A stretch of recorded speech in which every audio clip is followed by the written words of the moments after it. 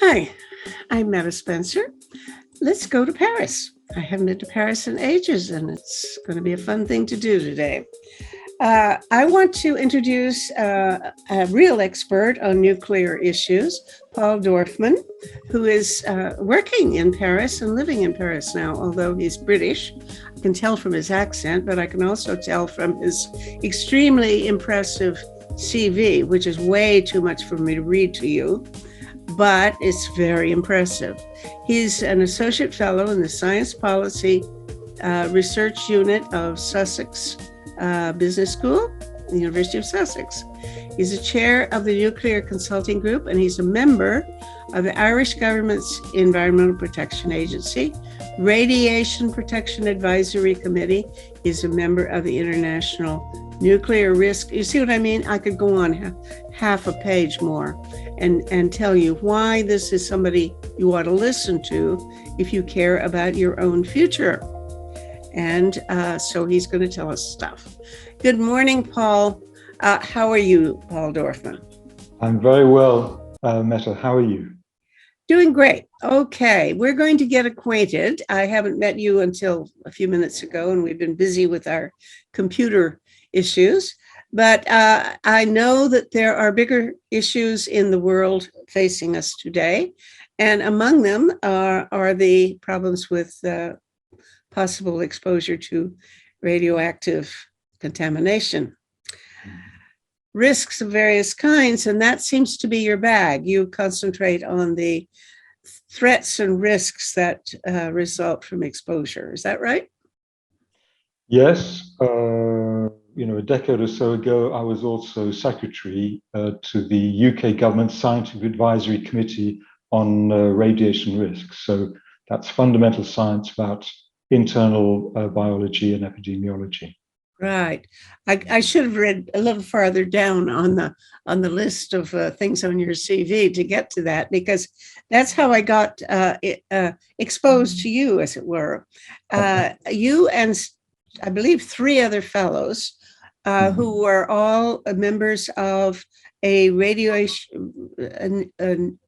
a governmental body that is supposed to regulate the safety of nuclear power in their country. All four countries have people who join together to write a letter or an open statement a month or two ago saying that nuclear power is no solution to climate change issues and our need for security of access to energy. So that is a huge issue, I suppose, everywhere, but certainly here in Canada. That's one of the main thing that my friends actually fight among ourselves on. We can get along on a lot of other issues, but there's a real division of opinion, and it sometimes gets acrimonious when we talk about this question of whether nuclear power is something we should be promoting and that we need, or whether it is absolutely too risky to proceed with.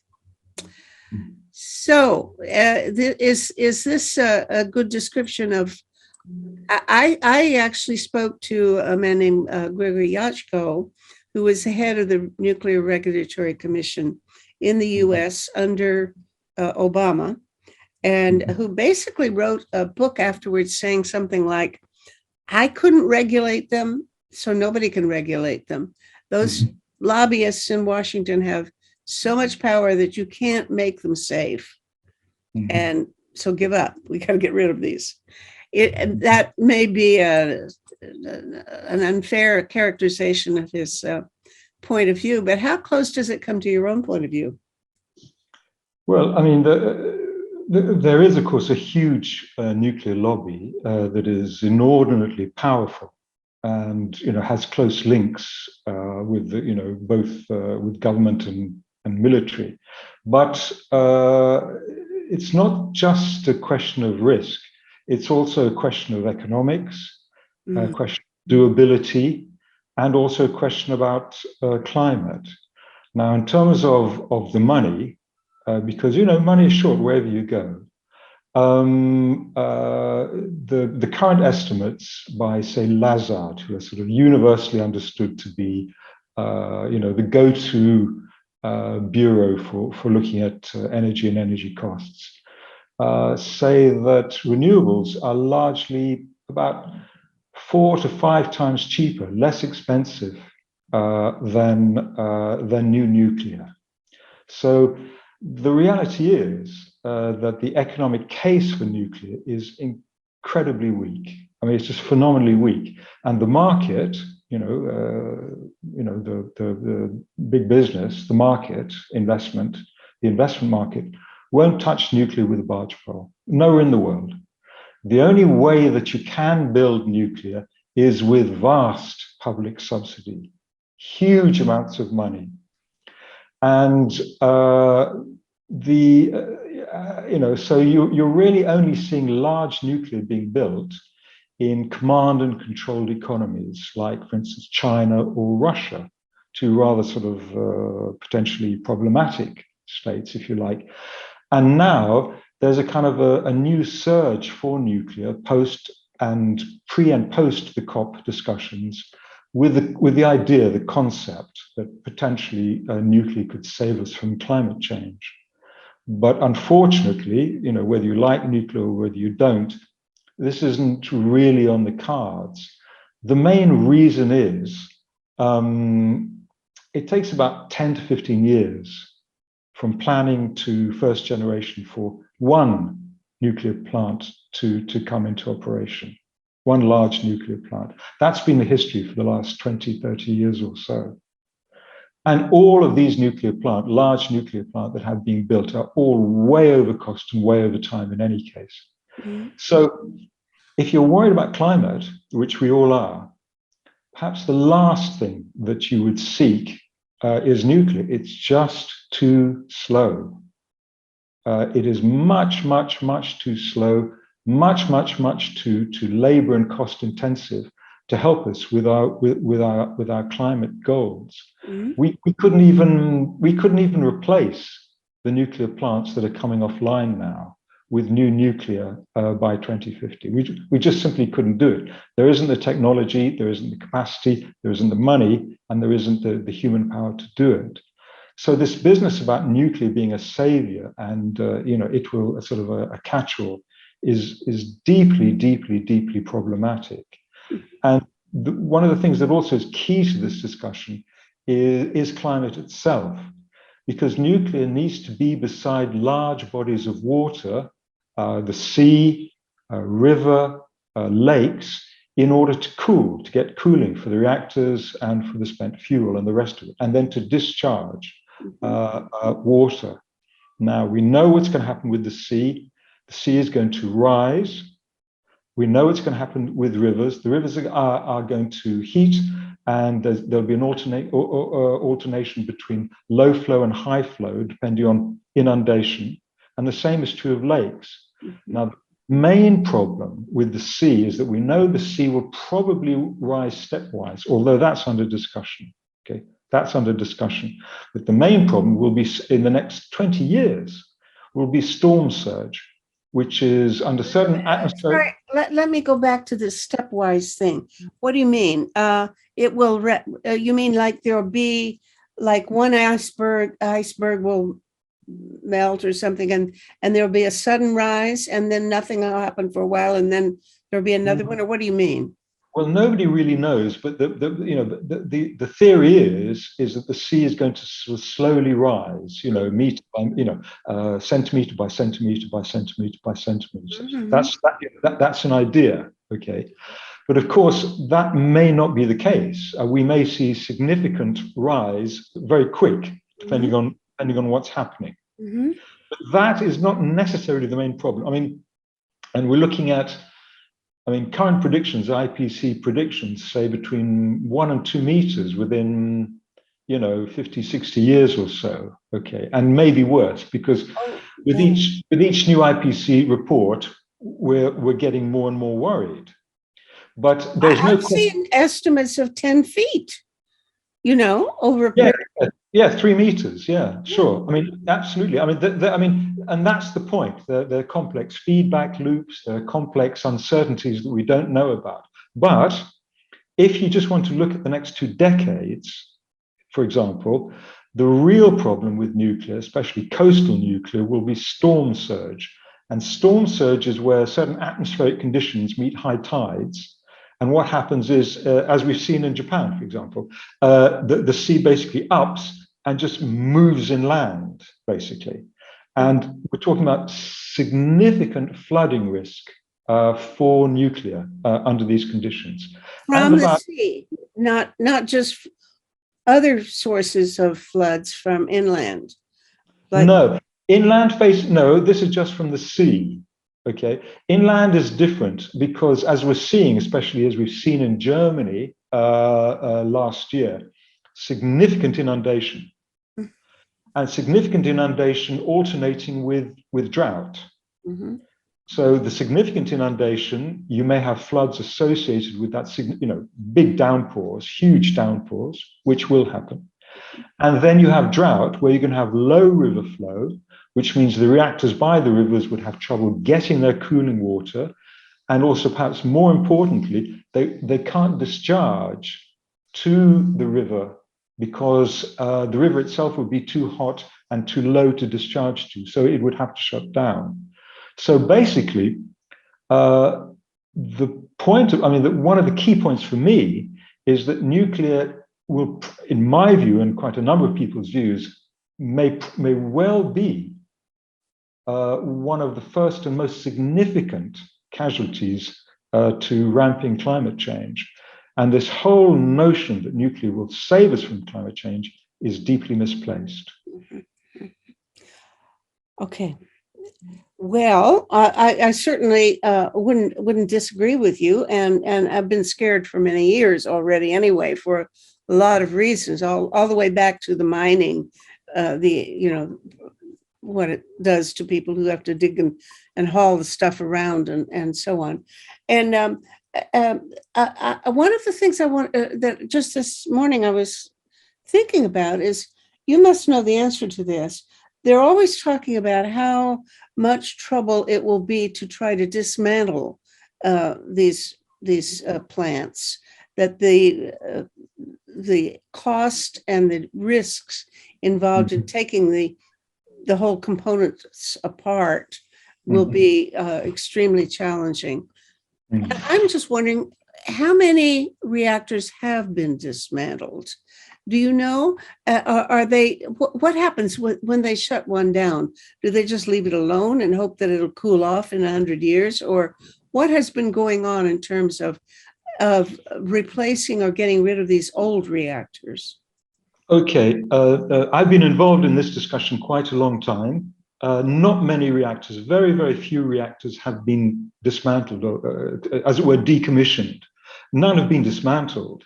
They're all still, nuclear plant we're talking about, because nuclear plant is a whole set of things. You have the containment, you have the legacy waste, you have all of the wiring, all of the piping.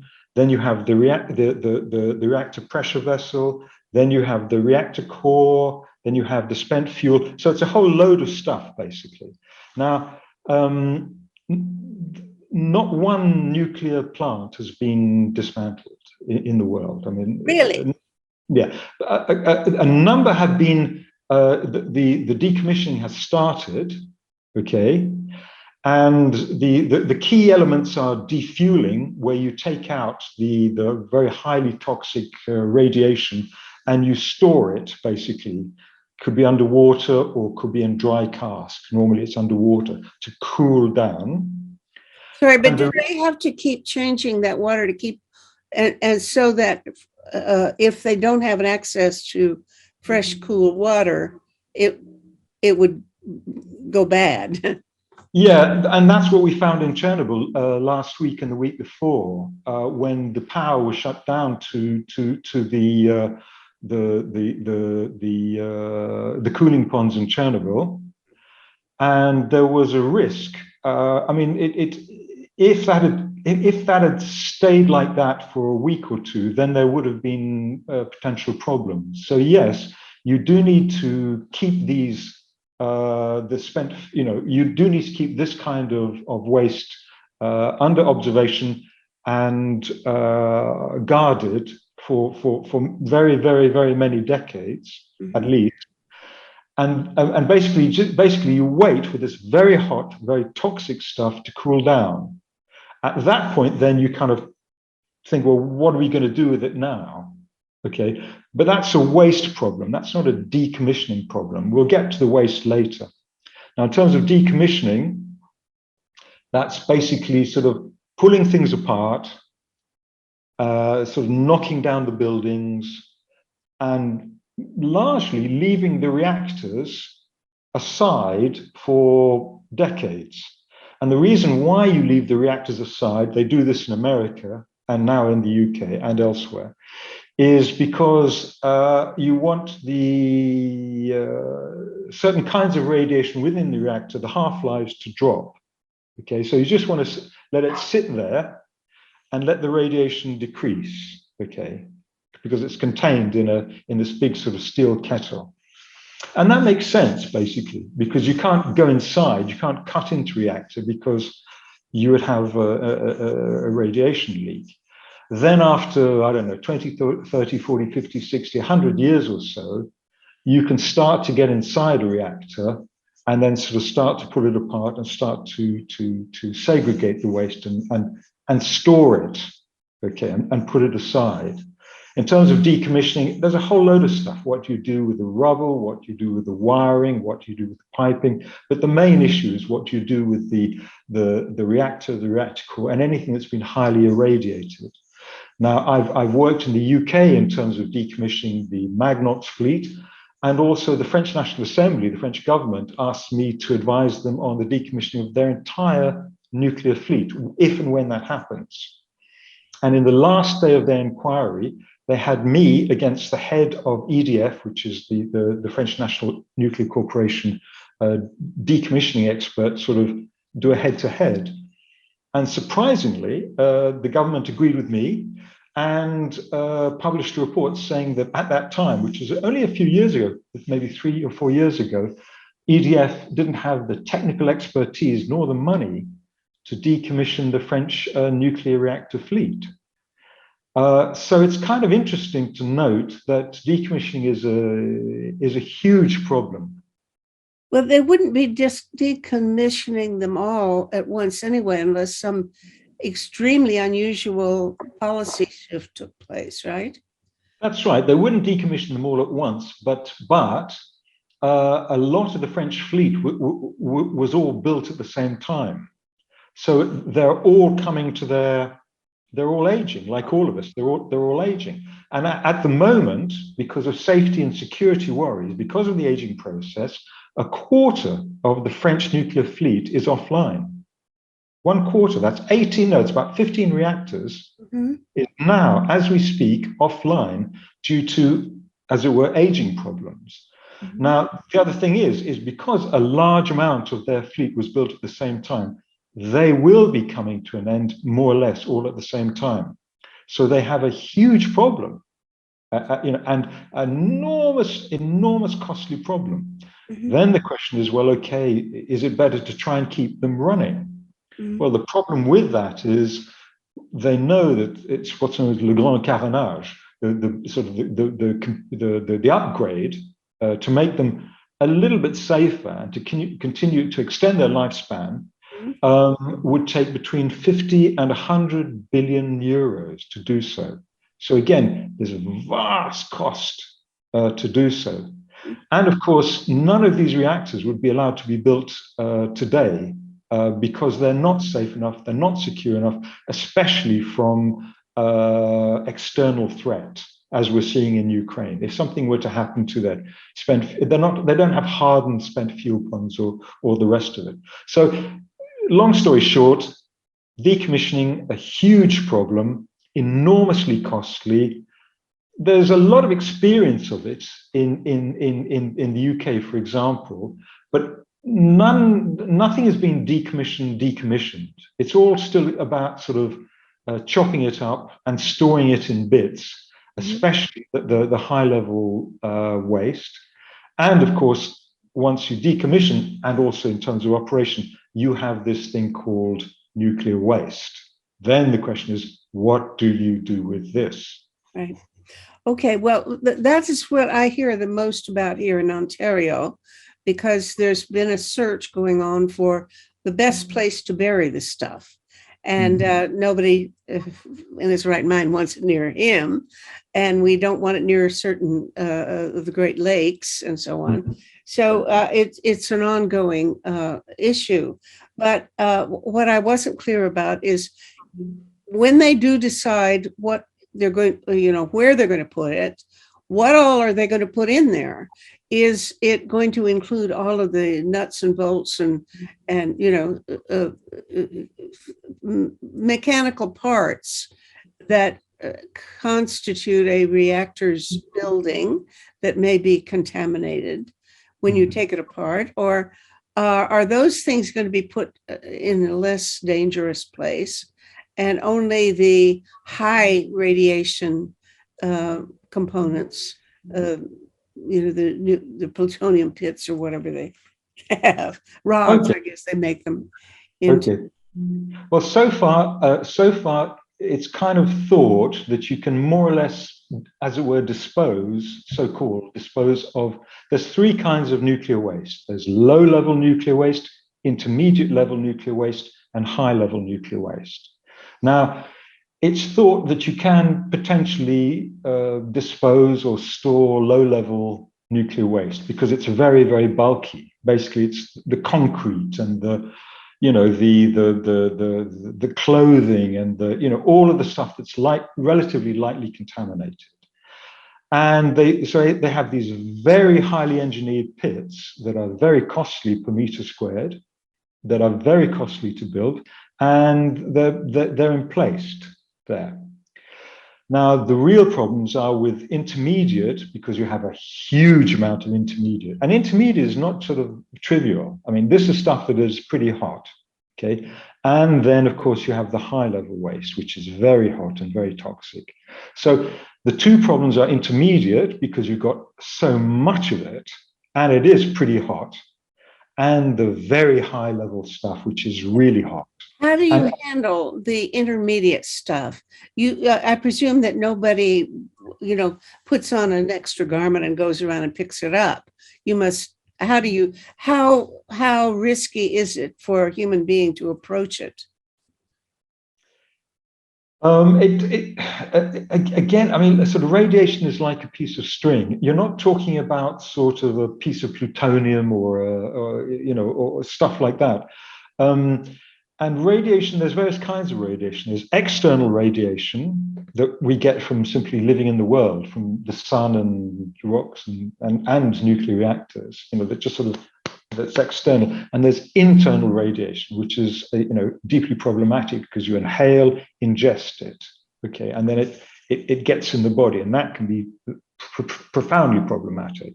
So it's a question of what form that waste takes, how mobile is the radiation, what is the pathway of that radiation to the human being, the person who's dealing with it. So it's kind of a long piece of string, really.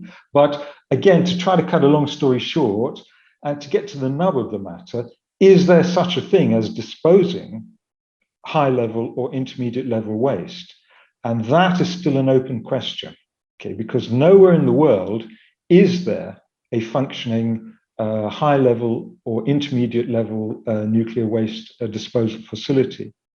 Now, remember, these things will have to last. I mean, plutonium, the half-life of plutonium is, you're talking about,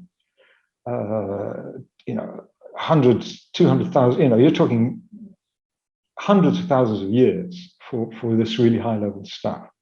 So you presumably have to isolate it from the environment for that amount of time. And there is quite a lot of it. The intermediate, less so, okay, and it will decay, the radioactivity will decay, but still deeply problematic as well, too. And then you say, well, if you're going to dig a hole for it, is there any way that this radiation can get into the environment? You know, there was this big discussion about it shouldn't be near the Great Lakes. Of course it shouldn't be near the Great Lakes, because there were potential routes for it to transfer into the watercourses. And so the problem with digging down is what happens, you know, what happens to the aquifers, what happens with tectonic plates, what happens, you know, if there are, you know, all kinds of geological changes. Mm-hmm. And it's sealed. So the discussion as to whether there is such a thing as disposal is still very, very open. Mm-hmm. Okay. Now, I know in the last 2 weeks, even, or something like that, our complacency was shaken by what happened in Chernobyl and what was that other? Ukraine. Yeah, that other city. You know, I've been there. I actually have visited that city, but I can't remember the name of it at the moment. The place where the big reactor was being shot at. Yeah. Yeah. Now, I can't pronounce it either. Well, I could if I could remember it. I just can't remember it now. Yeah. Anyway, you know, I think everybody has, not everybody, but lots of people have been pretty complacent about the risk of just continuing to maintain and use nuclear reactors. But the fact that anybody would take such risks as in a war, that anybody would actually shoot at or shoot in the vicinity of a building containing a reactor, so that it could be there could be a leak resulting from actual warfare. I think nobody thought that, right? No, I think a lot of people thought that. Just nobody talked about it. It never occurred to me that anybody would actually do such a thing. It would have, and I'm, you know, certainly aware of nuclear war as a problem, but it had never occurred to me that anybody would be stupid enough to try to capture a reactor or the people around it in such a way as to take a very real risk that it would, you know, melt down or explode or be punctured or something. Yes. Now, what do you think the overall effect of that will be on public opinion globally once we get over our everyday newscast about what's going on in Mariupol, for example? Now, sure. Our attention will turn to more pervasive and longer term questions, such as maybe we've been too confident in the common sense of the world's leaders and military people, and maybe we shouldn't take anything for granted about what they will risk in the heat of a war. Well, yeah, I mean, I think this risk has been known for some time, and I and others have written about it. Nuclear plants are designed largely, they're largely designed to contain radiation, to keep radiation in, okay? And newer reactors are better hardened at trying to stop external attack, you know, whether it be fully loaded you know, jets piling in or artillery rounds, but they're not really proof against that, and nor are there spent fuel ponds, perhaps more importantly. And this is one of the reasons why, for example, the large portion of the French nuclear fleet, for example, is exposed, because their reactors and many other reactors worldwide are not hardened, are not supposed to take incoming rounds, artillery rounds. And the risk is enormous, not simply from bad state actors, but also from bad non-state actors. Terrorist attack, for example. And you know, there's anecdotal evidence that you know, this kind of thing has been thought about in the past. And so there's been a huge sort of push for nuclear in the last year or so, in the press and in policy, largely because of nuclear's claim to be good for the climate. But more recently, and especially since Ukraine, things have kind of quietened down, because people are saying, well, you know, you know, in the UN, I think the American, one of the UN ambassadors says, you know, by the grace of God, we've escaped a catastrophe after you know, a nuclear reactor was fired upon by Russia. And that, unfortunately, is very, very true. So along with all of the other risks that are attached to nuclear, this, let's say, new risk of the weaponization of civil nuclear has come to the fore. And I think that the nuclear industry is very worried about that, and they should be. I think that the public opinion, once it gets it, you know, we get our heads around it, in what may be a potentially increasingly unstable world, you know, should consider these risks very, very carefully. Well, I think of that case of 3 or 4 years ago where a pilot in, I don't know, Malaysia or someplace, evidently committed suicide, but by doing so, took his whole plane down on, you know, intentionally, apparently. Yeah. And if somebody is really self-destructive and enough to want to destroy all the people on his airplane, you know, you can imagine somebody just crazy enough to want to fly into a reactor. Well, hang on, because you could argue that the majority of reactors in their design base could be proof against even a fully laden jet plowing into it, because it's, you know, you're talking about, you know, significant containment construction. Okay, so it's not necessarily true that even if you do get a fully laden, you know, Boeing or whatever it is, crashing into a nuclear plant, that you will get a huge catastrophe. No, that's not the case necessarily. Nuclear plants are constructed to withstand, you know, significant external events. That said, I mean, just a few years ago, I mean, Saudi's oil exports were curtailed for, you know, a few weeks or so because there were significant drone attacks on their oil dispersal facilities. And that's just drone attacks, okay? And I've done work for Gulf region states looking at risk, missile risk to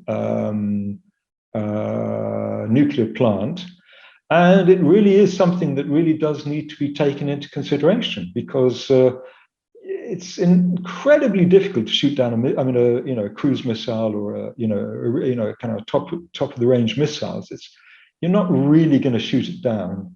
You can't really sight your ground to air defenses too near to the reactors in any case, and then distinguishing between, I don't know, an attack from a plane or just a plane running over. Again, incredibly difficult. So defending your airspace is also a very difficult thing to do.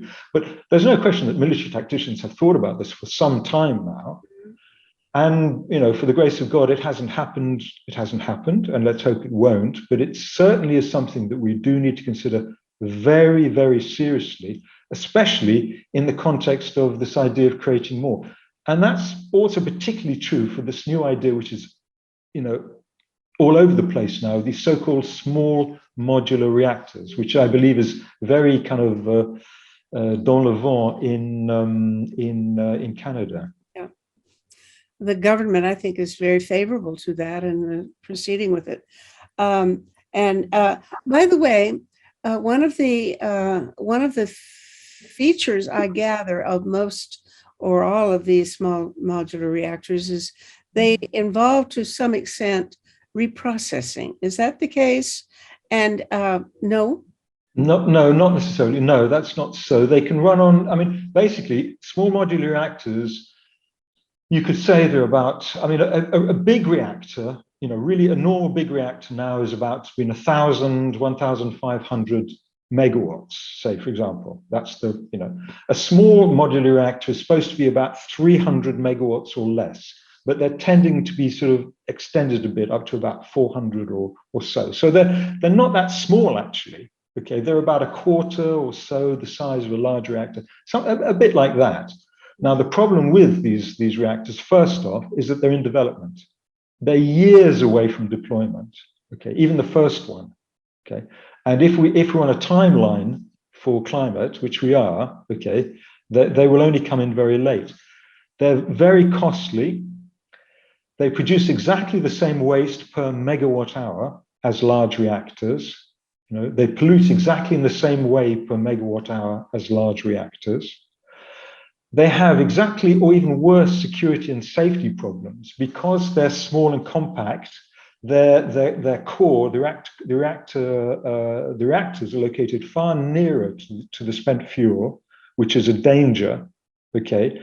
Also, because they're sort of so-called smaller, they would be much more easier to attack, basically, because their security area is diminished. Mm-hmm. And also, they don't make economic sense. I mean, they really don't make economic sense. The whole history of nuclear is built on the idea of the reality is bigger and better and cheaper.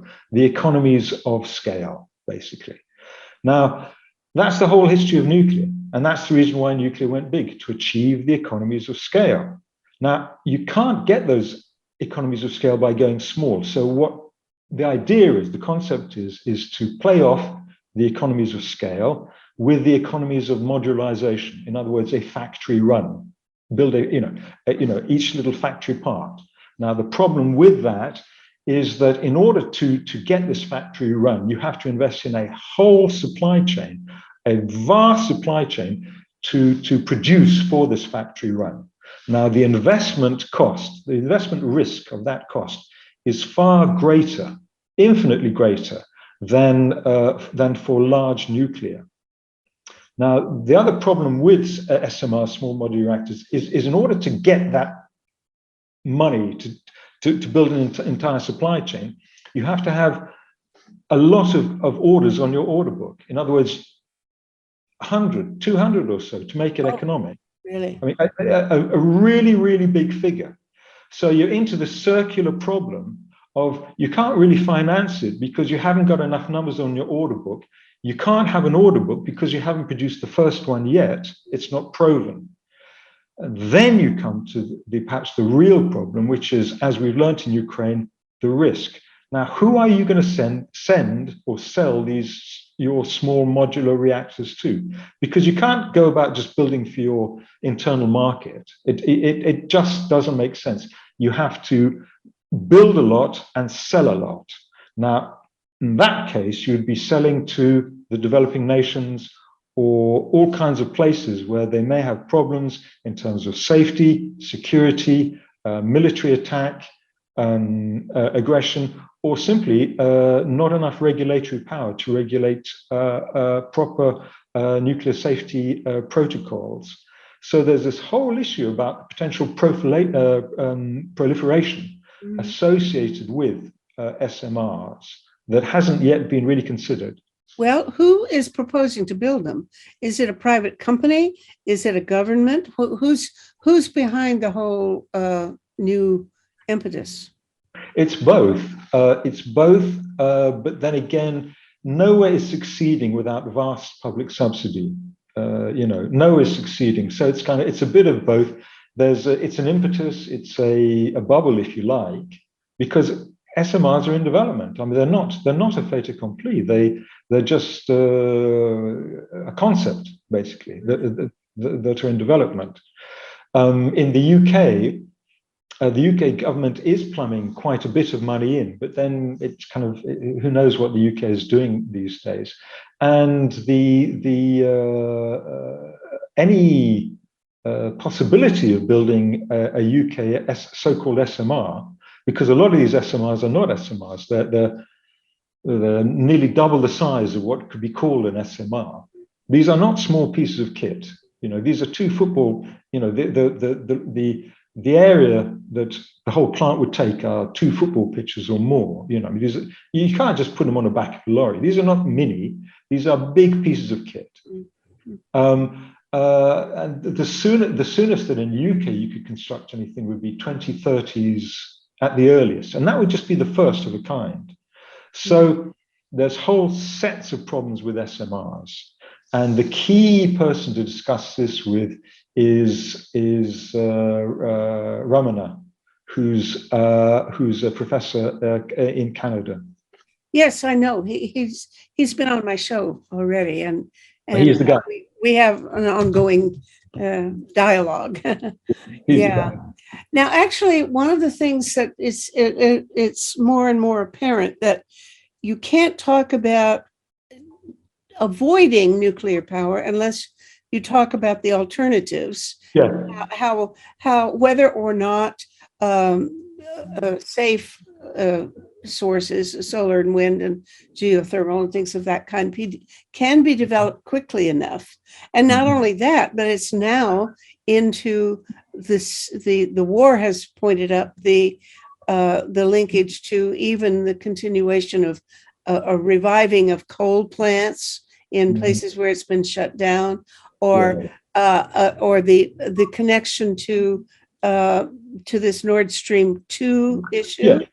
Now, I heard a very interesting, I didn't hear it, I read the transcript of something Bill McKibben said on CBC the other day, which I thought was very interesting. Somebody has mentioned the possibility, I don't know whether it was Putin himself, but Putin, if he wants a real threat to Germany for refusing to turn on the Nord Stream 2 pipeline, he could very well say, well, if you don't turn it on, I'm going to shut off Nord Stream 1. Yeah. And then you'll be in deep trouble because they're using and totally dependent on it now. Yeah. So what Bill McKibben was saying, it wasn't exactly in relation to that, but it was that we have to get, both for the sake of climate change and for the sake of punishing Putin for his atrocities, we have to get Europe off fossil fuels right away. And and if they do, we've got to get them off the gas from Russia. And he says it's possible now to spend the next 6 months before winter hits in Europe again by making a whole bunch of things like heat pumps and insulation and other things that will make it possible to very rapidly get Europe off gas. Tell me about that. Do you know anybody else who's talking about that? Everyone's talking about it. Everyone's talking about, oh yes, I mean, in terms of energy, these are well-known discussions. But just to sink back into Russia, the Russian nuclear corporation Rosatom has a sort of monopoly interest in Kazakhstan, Kazakh uranium mining corporation. Okay, now between the two, so they're both the same. So basically, Russia runs it. So basically, Russian-run uranium, which is an enriched uranium to supply reactors worldwide, produces 42% of all uranium for reactors worldwide. So it's not simply a gas thing. It's not simply an oil thing. It's also a uranium thing. I didn't know that. And also 20% of all uranium for EU reactors. Really? And also, there's all kinds of these kind of very posh new so-called advanced reactors that companies are trying to develop in the US. They're all dependent on very specific kinds of fuel that presently only comes from Russia. So it's not simply an oil and gas thing, okay? Because, I mean, even now, Russian uranium is going into reactors worldwide, into Europe and into America. The ban on Biden's ban does not include Russian uranium. Russian uranium is still going into the US. I Now, to haven't get been on, hearing that. What are they actually? I'm wondering if they don't want us to know that. I mean, well, that yeah, is a very interesting phenomenon. it And is. where do they get it? Where I didn't even know where they had uranium Well, I mines. mean, Canada has a lot of the stuff, and so Canada is just itching to make a lot of money. But let's get back onto the issue that you discussed about what to do, in terms of fossil fuel and whether fissile fuel, nuclear, helps or not. Now, in terms of fossil fuel and say Europe or the Nord Stream pipelines and the rest of it, yes, without not simply that, but also in terms of energy in the round. The first thing that you do, the lowest hanging fruit, the easiest, cheapest, best thing that you do is demand side management, energy efficiency, energy management, and all of that, which includes insulation, changing the way that you heat pumps, thinking about all different kinds of things, distributed networks, and the rest of it. Okay, that's the first thing that you do. That's the fastest and quickest and most cost-effective way of reducing your CO2 and reducing your energy input. After that, the swiftest and least expensive is clearly renewables. Renewables are a quarter, a fifth the price of nuclear, and you can roll them out infinitely quicker. You can roll them out just 100 times quicker than nuclear. Well, people the answer is always, but they're intermittent. Yeah, and then the storage problem is. Okay, there is no such thing as a free lunch. Okay, there will always be problems. The only question is how you respond to those problems. People say, well, yes, renewables are intermittent.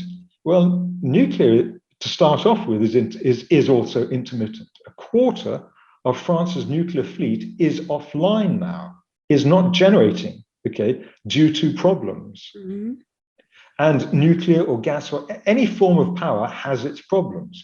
But in terms of the so-called intermittency problems, there are ways of addressing these issues.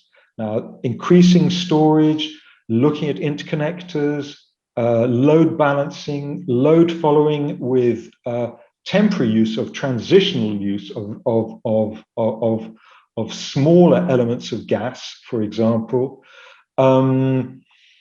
Basically, when you talk about energy, you have to think about energy in the round. Okay, and we've only just really been talking about supply, where it comes from. Okay, where it comes from. Actually, energy is about supply, how you transport that power, and then how you use it. So if you look at energy in the round, there are ways at addressing this so-called intermittency problem. And the intermittency issue is more and more being resolved. And yes, there is no such thing as a free lunch. And yes, we may have to adapt to work within our ecological and environmental limits, which doesn't mean that we'll have a lower quality of life. By no means. I mean, the renewable evolution is here. The International Energy Agency, which is the blue ribbon go-to organization for energy, everybody believes it. Nobody distrusts the International Energy Agency. State that by 2026 there will be something like 5,000 gigawatts of new renewables. Renewable capacity online. Now that equates to total fossil and fissile, i.e. nuclear capacity currently combined. So the discussion as to, wait a minute, 2026 is 4 years away. Exactly. That's the pace of the renewable evolution. That's the pace. And so all this business about, we can't do it, or, nothing can be done, or, we're finished because of climate. This is simply not the case. The reality is the renewable evolution is here. It is here, okay? And it will change all our lives. It will also change the way that we conceive of ourselves and how we conceive of ourselves in the context of our environment. Because when we switch on that light, when we take a drive in that eco car, or when we, whatever it is, we'll know that this power, and we need power because we are a power-hungry community, comes from renewable sources that does not damage, there's always small amounts of damage, but does not really damage our environment. Mm-hmm. And that will change the way we think.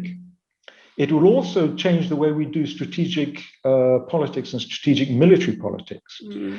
Because Ukraine is also a pipeline war, okay? And when we think about it as well, and when we think about the recent conflicts, a lot of them have been about energy, in terms of a significant aspect of them have, in the back of things, been to do with energy. Now, strategically, militarily, it may be very, very difficult to fight wars over sun, over wind.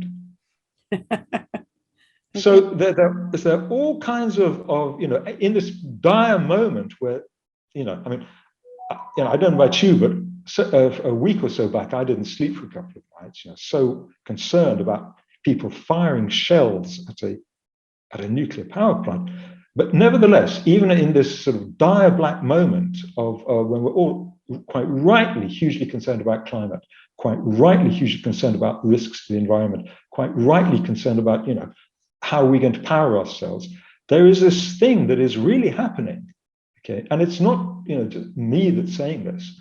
Everybody, okay? I mean, there is no energy professional worth his or her salt, okay, who doesn't say this, okay? Now, if you were in charge of Germany's decision about the Nord Stream 2, and you had to take account of all the options that Putin has to retaliate, how scared would you be, and what would you be doing to try to make sure that you're going to be able next winter, or even maybe this summer, have enough power to keep Germany running? Well, you can't really. I mean, look, this is all bets are off. We're talking. I mean, you do need some time to do the energy transition. I mean, Germany is doing it. Germany's Energiewende is doing very well, but you can't just switch on and switch off. You're talking about vast economies here, and that's not just simply Germany, but also Europe. So Germany is now saying is that it's likely that there will be some very significant problems, energy problems, for Germany and for Europe because of what's happening. But let's face it. There's a killing war that's being fought. I mean, we haven't seen this since World War II, and you can't just sort of, it's not business as usual. I mean, things are happening, things are changing, and we just have to get on with it. You can't. There's not much. I mean, Germany is going to get some liquefied gas from Qatar, huge amounts from Qatar, to try to sort of, pump up its volume. America might try to send a bit as well too, just to tie people over. But all of this is going to have a lot of resonance, which is the reason why, of course, Germany, is not refusing Russian gas at the moment. But if things carry on as they've been carrying on, then it's likely that things are going to change. Well, it's a question of the Nord Stream 2, which hasn't been turned on yet or opened, but that's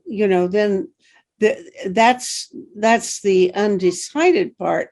But I guess there could be a reversal in even the material that is going there. I mean, everything is on the cards now. When people start talking about, significant conflict, you can't discount anything. So it's, we are really in a pickle. I mean, there's no question about it. We're in a very, very, very, very difficult place. What about other countries besides Germany? I hear of Germany as the country that made itself most vulnerable by becoming so dependent on Russian sources. But I gather France okay if you count all the nuclear Well, stations no, as not okay. no, not really. I mean, first off, Germany, if you look at what Germany is doing, the fossil fuel stuff, including the gas, the line is always this, okay, Yeah. always. If you look at renewables, it's always this, okay. That's so, I mean, basically the two are sort of more or less intersecting, okay. So that's what's happening. You can't do an energy transition quickly. It just is normally a slow thing to do. So Germany have been doing it slowly. Nuclear, it's a side issue for people like Germany in any case. Nuclear producers, I mean, say for example, in the UK, nuclear at its height produced 20% of total electricity. Total electricity as a function of total energy is 20%. So 20% of 20% is 4%.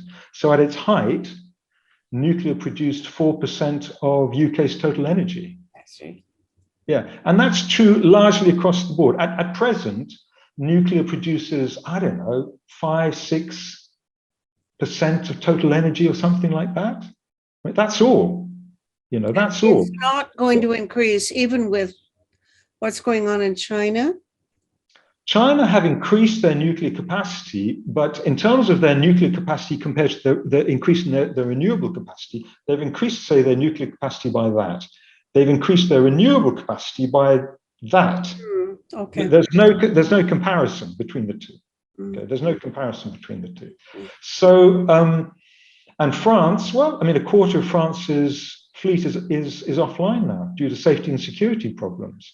And this winter, France had severe, without the war, there was a lot of talk in France of electrical security problems and questions of potentially running out of power. But So, does France get any gas from Russia? France? Does France get? It gets yes, yeah. And so the France, not like Germany, but yes, it does. I mean, because gas, yeah, it does. I can't remember the amount, but yes, it does. But then again, gas is a fossil fuel, and we can use it as a transition to renewables.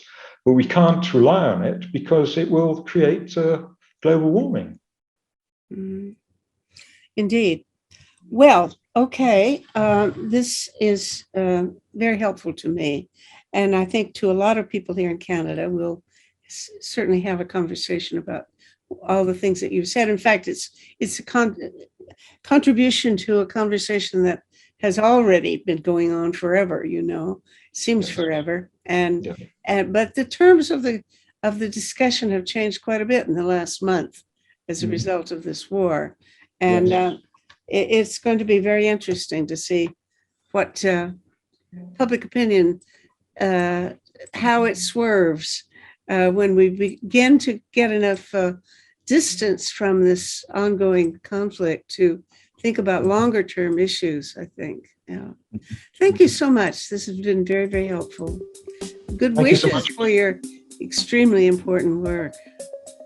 Thank you, Meta. Thank you for allowing me to discuss this. I've enjoyed it very much. Bye. Bye-bye. Project Save the World produces one of these shows 3 days a week, sometimes more. This is episode 427. You can watch these or listen to them as audio podcasts on our website, tosavetheworld.ca. Eventually, we even post the transcripts there.